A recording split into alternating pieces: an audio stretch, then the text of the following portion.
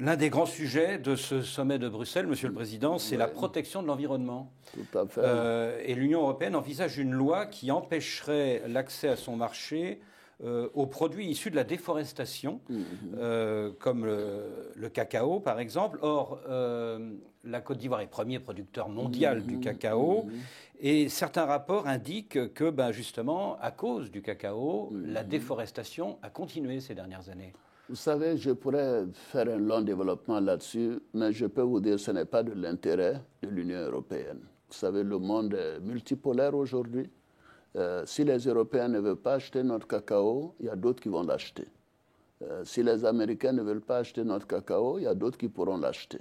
Alors, ce n'est pas en faisant des menaces. Nous devons travailler ensemble à ce que le cacao soit durable. Voici des pays en Europe qui ont utilisé du charbon jusqu'il y a 30 ans. Voici des pays qui ont pollué le monde entier et maintenant on veut nous faire des leçons. Ah non, ce n'est pas acceptable. Nous sommes d'accord pour que le problème de l'environnement soit au cœur de ce que nous faisons.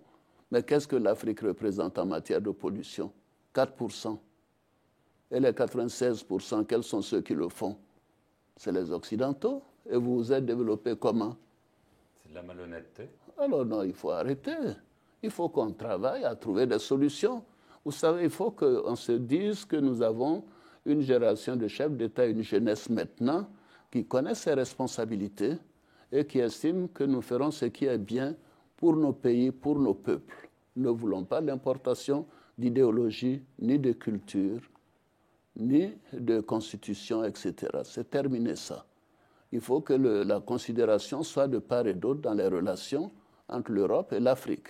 Tous ces engagements qui ne sont pas respectés, j'espère que cette fois-ci on va en parler.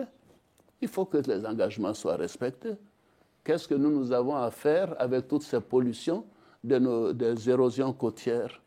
Qu'est-ce que nous avons avec toutes ces intempéries qui tuent des gens chez nous? Ce n'est pas nous qui créons les problèmes difficiles en matière de pollution.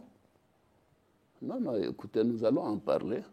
Nous espérons qu'il faut qu'il y ait les engagements, c'est très bien, mais il faut qu'il y ait des suites, il faut qu'il y ait des décaissements, il faut qu'il y ait le développement, il faut qu'il y ait le soutien financier et l'encadrement, etc. Tout ce que nous demandons.